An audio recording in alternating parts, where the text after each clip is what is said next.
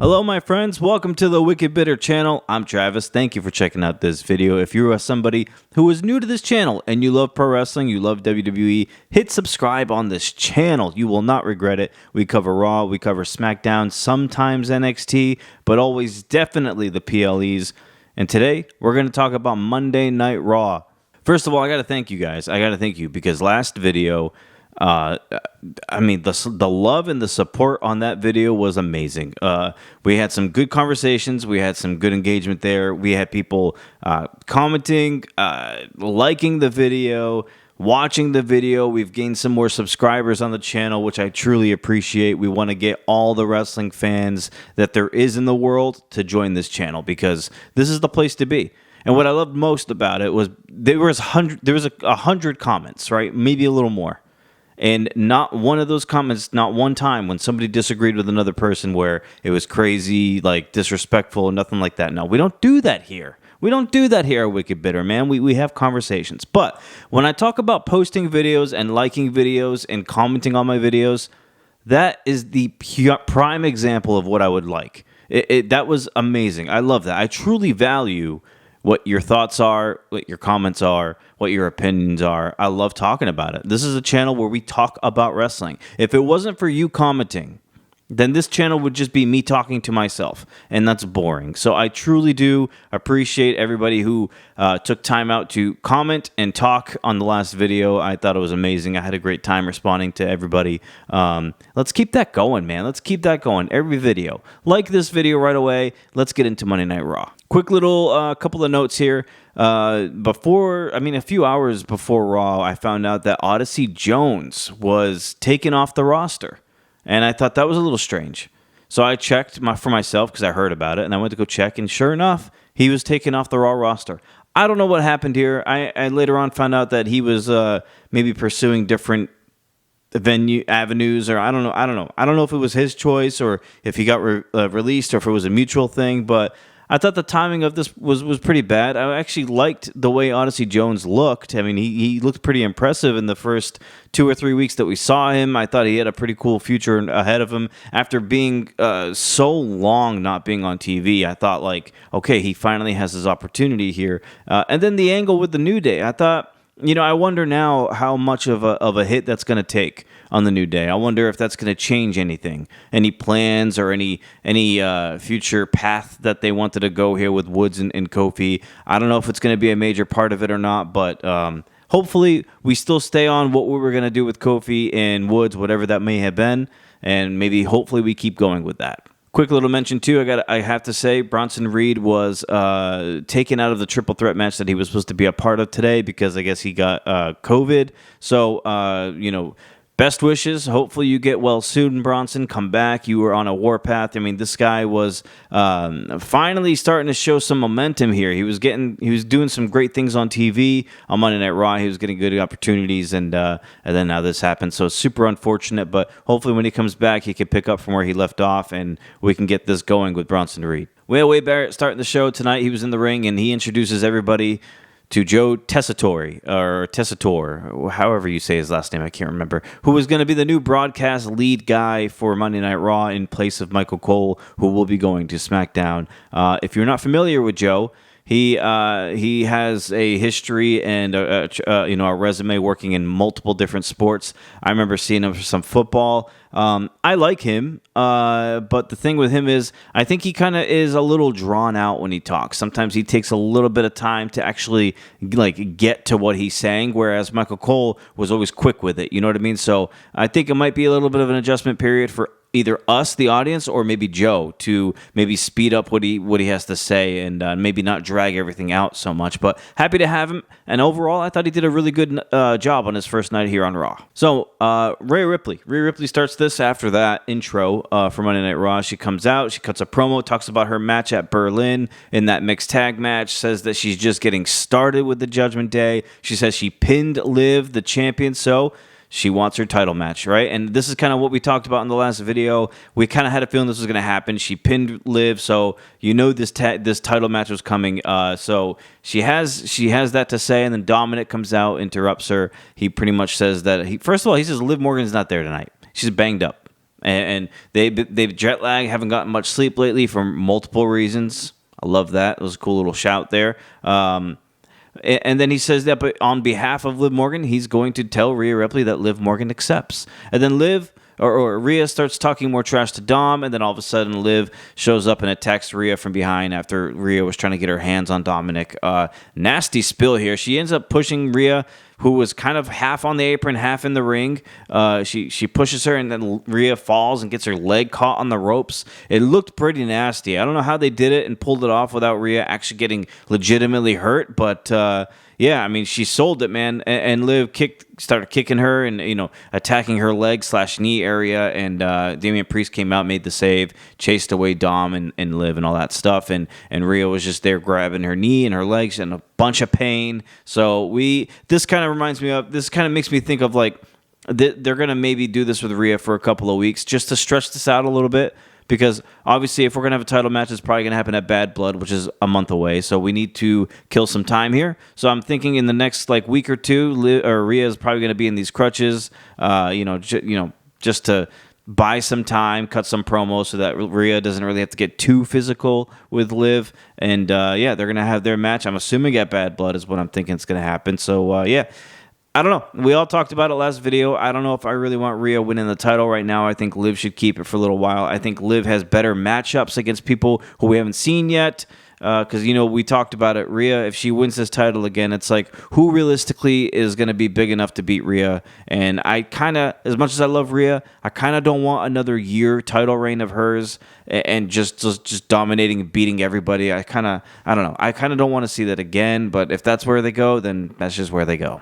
We get the American Made beat American Alpha, or Alpha Academy, I should say. I always say American Alpha because I always think about the old school tag team Gable was in, but Alpha Academy gets defeated by American Made. There's a lot of A's and Americans and all this kind of stuff going on here. It kind of confuses me sometimes, but Ivy Nile puts Maxine Dupree in a amazing looking Dragon Sleeper. I love this move for Ivy Nile. I think it's a perfect finishing move for her. It looks great. I love the whole hand behind the back thing. If you guys remember Aleister Black, he used to do the same thing when he was in WWE. But Ivy Nile makes Maxine tap out, and Gable gets on the mic. He says he calls out the Wyatts. He says, "Hey, I want an 8-man tag next week, street fight match." And the lights go out. Uncle Howdy appears. He has a microphone. So I'm like, all right, cool. We're gonna get a promo from Uncle Howdy. I actually was wondering if they were gonna alter the mic sound, almost not like auto-tune, but to make it the way that Uncle Howdy sounds in the backstage vignette things or whatever.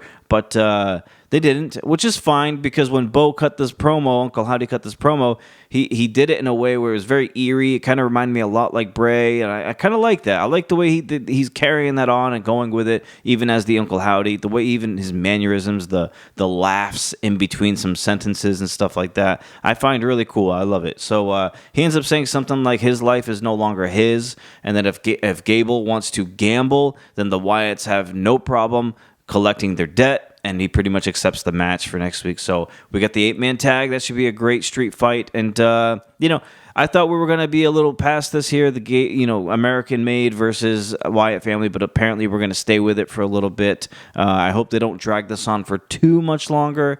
And hopefully the Wyatts can move on to something else, and American Made can move on to something else. But we will see where this goes. I'm going to enjoy it while we have it. I like it so far. I just hope it doesn't get stale. We get Shaina Baszler versus Zelina Vega. Baszler gets the win here. Pure Fusion Collective. I always have a hard time just rolling that off the tongue because it doesn't roll off the tongue. But they attack Vega after the match. And who saves her? Of all people, Lyra Valkyria. She shows up. And it's just her. She's by herself. I'll take it. It's weird. She's not with Chance. She's not with Carter. She comes running down to try to help Vega out. And it's outnumbered. Pure Fusion Collective end up beating up her too. So I don't know what we're doing with Lyra. I don't know. I feel like she's got no path. She's got no direction. She's kind of just she hangs out with Chance and Carter. Now she's helping out Vega. Is this going to be a team now? I don't understand the motivation here. Why call her up? Why draft her if you got nothing for her? I just feel like she's just floating right now, but we'll take it. She's going to be apparently teaming up with Vega to try to take on these two, or these three, I should say.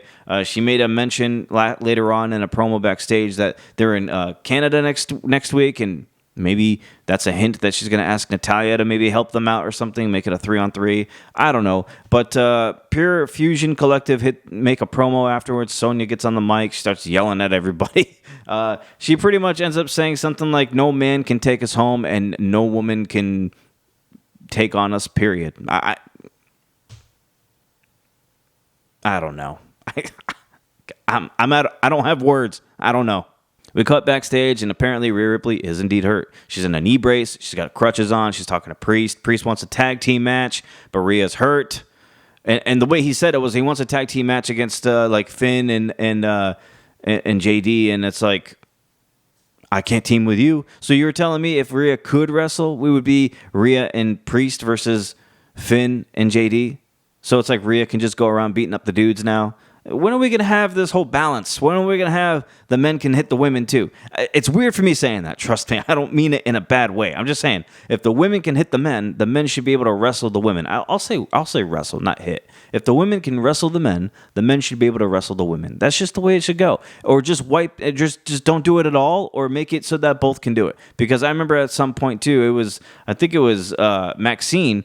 Beforehand, she like kicked Gable in the head, and I'm like, here we go, another instance. What is with this? It's weird to me.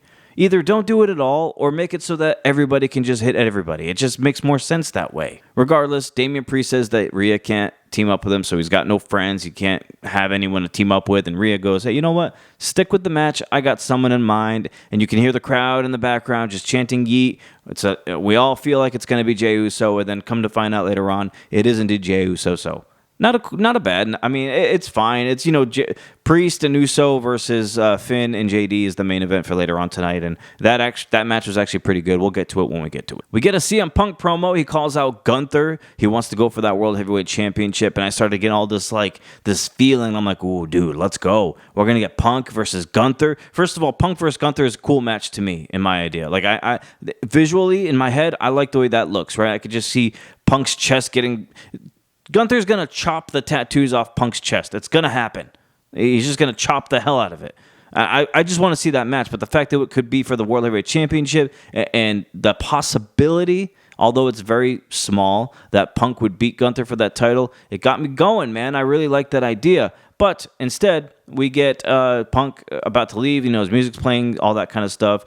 And then Drew McIntyre attacks CM Punk. So we are not done with this, which I didn't think we were, but looks like they're heading for a match, a third match, a grudge match, rubber match, whatever you want to call it. It looks like it's going to be at Bad Blood. I would like it to be a Hell in a Cell, but the way things going, man, like make it a first blood match, or I saw somebody in the comments say 3 stages of hell.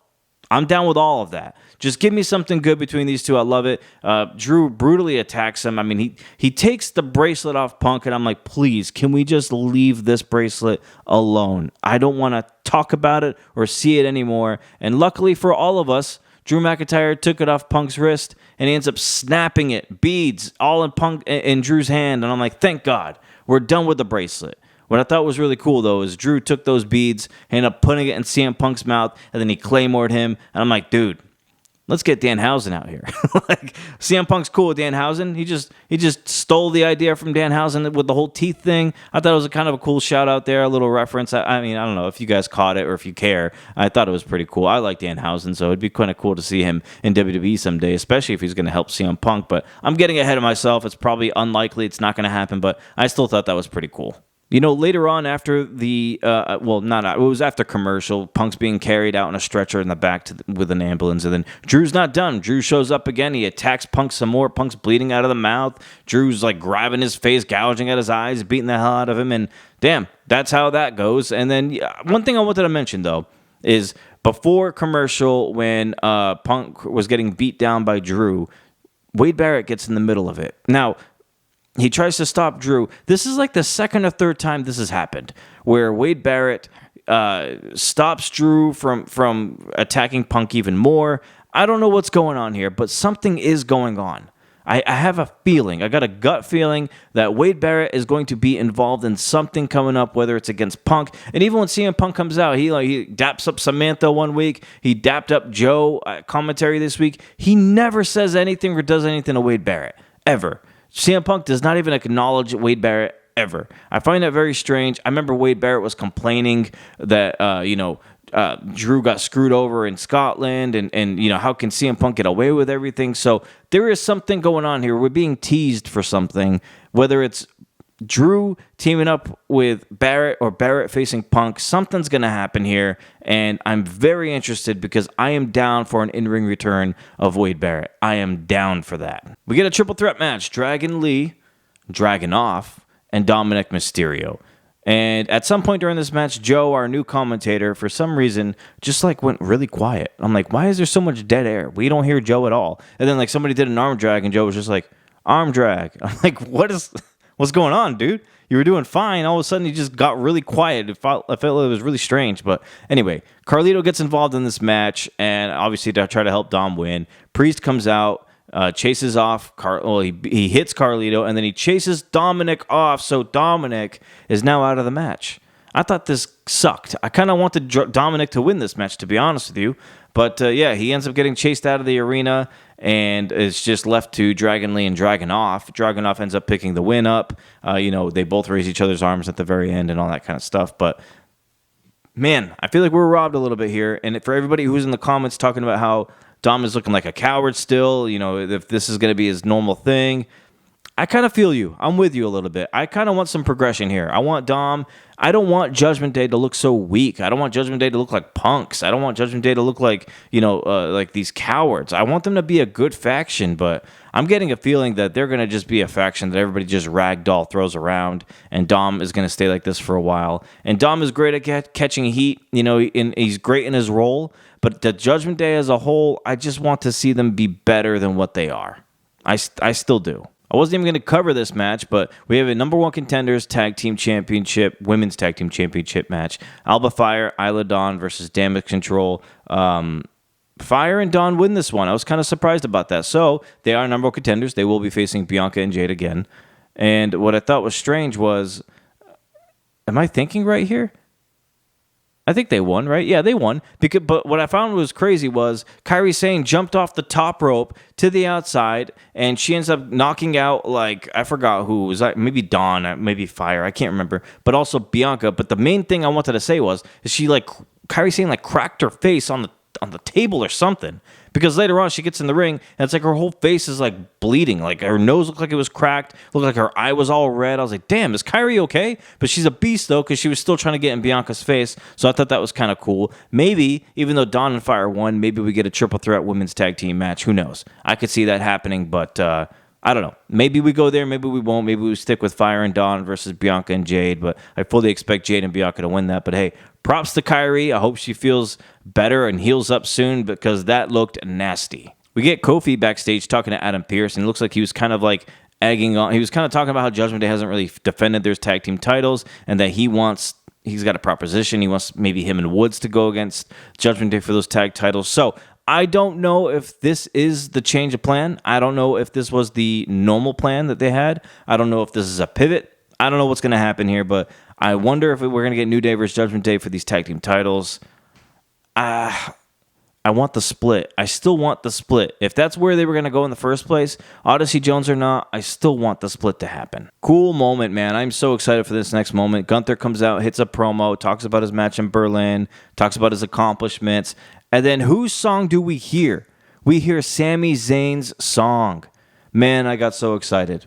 Because, one, he's back. I mentioned that he was doing some stem cell procedure, but he's back. It looks like he's going to be good to go. Sami Zayn coming up to Gunther. He ends up telling Gunther that, hey, all of the greats once won the Intercontinental Championship, and they used it as a stepping stone to win the World Heavyweight title. And that's exactly what Gunther did, and that's exactly what Sami Zayn's going to do. And I was like, yes. I've been wanting Sami Zayn in the main event picture for a long time, and here we go. And he looked like he fit. He looked like he belonged, and the whole crowd's behind him, and he's got a win or two over Gunther. This is a perfect story. This is a perfect storyline. If they do this right, the crowd will be the most invested in this match more than a lot of other matches on the card. I love this. I don't think Sami's going to beat Gunther, but if he did, oh my gosh, I don't know what I would do to celebrate, but I would be extremely excited. I hope Sami wins that title one day. If it's not now, I hope he wins it at some point. How about Jey Uso getting interviewed backstage and Braun Breaker interrupts him? And Breaker interrupted him right when he did the whole yeet thing. I thought that was awesome. And even though I am wearing a Jey Uso shirt, and I do love Jey Uso, we glaze Braun Breaker here. We all know the deal. You know the deal. If you've been here before, you know the deal. We glaze Braun Breaker. If you haven't been here before, it's your first time seeing it, one of the rules here at Wicked Bitter is stay bitter, first of all. And second of all, you glaze Braun Breaker. You just have to. We don't come up with it. It's just the way of life here at Wicked Bitter. Regardless, he gets in Jey Uso's face. It gets really intense. The camera zooms in super, like, close up. But Breaker says, hey, keep doing your thing, man. Keep eating. Keep chasing mommy. Keep doing all that stuff. It don't matter. Because if you win this tournament, I'm giving you one chance right now to back out of it. Because if you win it, you're going to lose. And Jey Uso says, you know what? Now you got my attention. I'm going to win that tournament. I'm going to win that IC championship. I'm going to beat your ass while doing it. And I'm like, dude, I'm set. I'm good for this. Let's go. If I didn't think Jey Uso was going to win the tournament before, I definitely do now. I'm super invested in this. I kind of want this matchup to happen. I don't really want Jey Uso to win, to be honest with you, because we glazed Braun Breaker here, and I said he's going to hold it for 1,000,000 years. But if Jey Uso won it, that'd be kind of cool. I still think Braun Breaker should have a lengthy title reign here, and I hope if it's Jey Uso versus Braun Breaker, I'm sorry, Jey Uso fans, I kind of want Breaker to win this thing. I did really enjoy how Breaker talked to him, like Breaker was just like a veteran that's been there forever. He definitely didn't talk to him like a rookie, even though Jay called him a rookie. I love that. It just goes to show how seamlessly Braun Breaker fits in all of this. He's already walking around like he owns the joint, and I love that. He needs that kind of confidence, and he just exudes it. We get a triple threat match, the match that Bronson Reed was supposed to be a part of. He's no longer in it, and instead we get Braun Strowman, who replaces him. How fitting was all of that? So Braun Strowman's in this match against Sheamus and Kaiser. At some point, Pete Dunne shows up and he attacks Sheamus when Sheamus looked like he was about to win the match, hits him with a shillelagh. Look at Pete Dunne just going around beating up everybody. Trick Williams, Sheamus, it don't matter. He cost Sheamus this match. And Braun Strowman ends up winning. He pins Kaiser. But first, I just want to mention, how good is the mid-card here on Monday Night Raw? How amazing is it? Look how many people are going for this IC title. All these triple threat matches. You know why there's so many triple threat matches? Because that's how many people they got. They got so many people and a lot of really good talent here going for a mid-card title. SmackDown doesn't have that. SmackDown needs help. SmackDown needs a lot of work, both for the main event picture with the heels and the mid-card. I think SmackDown could borrow or use a good handful of people from Raw, and then we can kind of rejuvenate SmackDown a little bit. Anybody have heard from Shinsuke Nakamura lately? That's just one name. Priest with Jey Uso versus Finn Balor and JD McDonough. So apparently JD's fine. I remember mentioning in my last video, he had a nasty spill where it looked like he hurt his leg. Looks like he's good to go. Happy to see that. Happy it wasn't anything serious or anything at all, but it made it look really bad the other day. But so tag team match main event here. At some point, Liv Morgan gets involved. She tries to help Judgment Day win this match, but Rhea Ripley's song hits. She comes hobbling out in crutches, but she still manages to hit Liv with the crutch. She starts smacking her against the crutch against her back a few times, chases Liv away, and then Jey Uso ends up hitting a splash on JD McDonough, and JD and Finn lose. They get pinned by Priest and Jey Uso. So is Priest and Uso going to go for the tag team titles? That could be something. I'm not crazy about that idea, but it's something. I thought Sammy and Jay would go. Maybe there's been a change of plans there. I thought they were going to go for these tag titles, and it's kind of like they just never mentioned it or went along with it. They never talked to each other about it since the last time we seen them talk about it. So maybe that's just gone out of the way, and maybe we get something else here. Maybe Priest and Uso don't go for the titles, and maybe I'm just saying that, but you did just pin the tag team champion, so naturally one would think that's the next course of action. So we'll see what happens there, but that's how Raw ends tonight. Priest and Uso and Mommy standing in the middle of the ring, and everybody goes home happy. All right, my friends, I appreciate all the love and support. Please like this video if you haven't already. Please comment. I would love to know your thoughts on Monday Night Raw. Thanks again for the last video, all the love on that last video, man. Let's keep that going. Let's get every video that way. All the likes, comments, I will respond. We'll talk about it. Everybody has good conversations. I love it. Let's keep all of this momentum going. We're going to put out more videos. Of course, remember, if you want to send in an email, wickedbittermedia@gmail.com. Send them whenever you want, about whatever you want. I will read them in a video. Until then, my friends, have a good week. We will see you on the next video. And as always, stay bitter.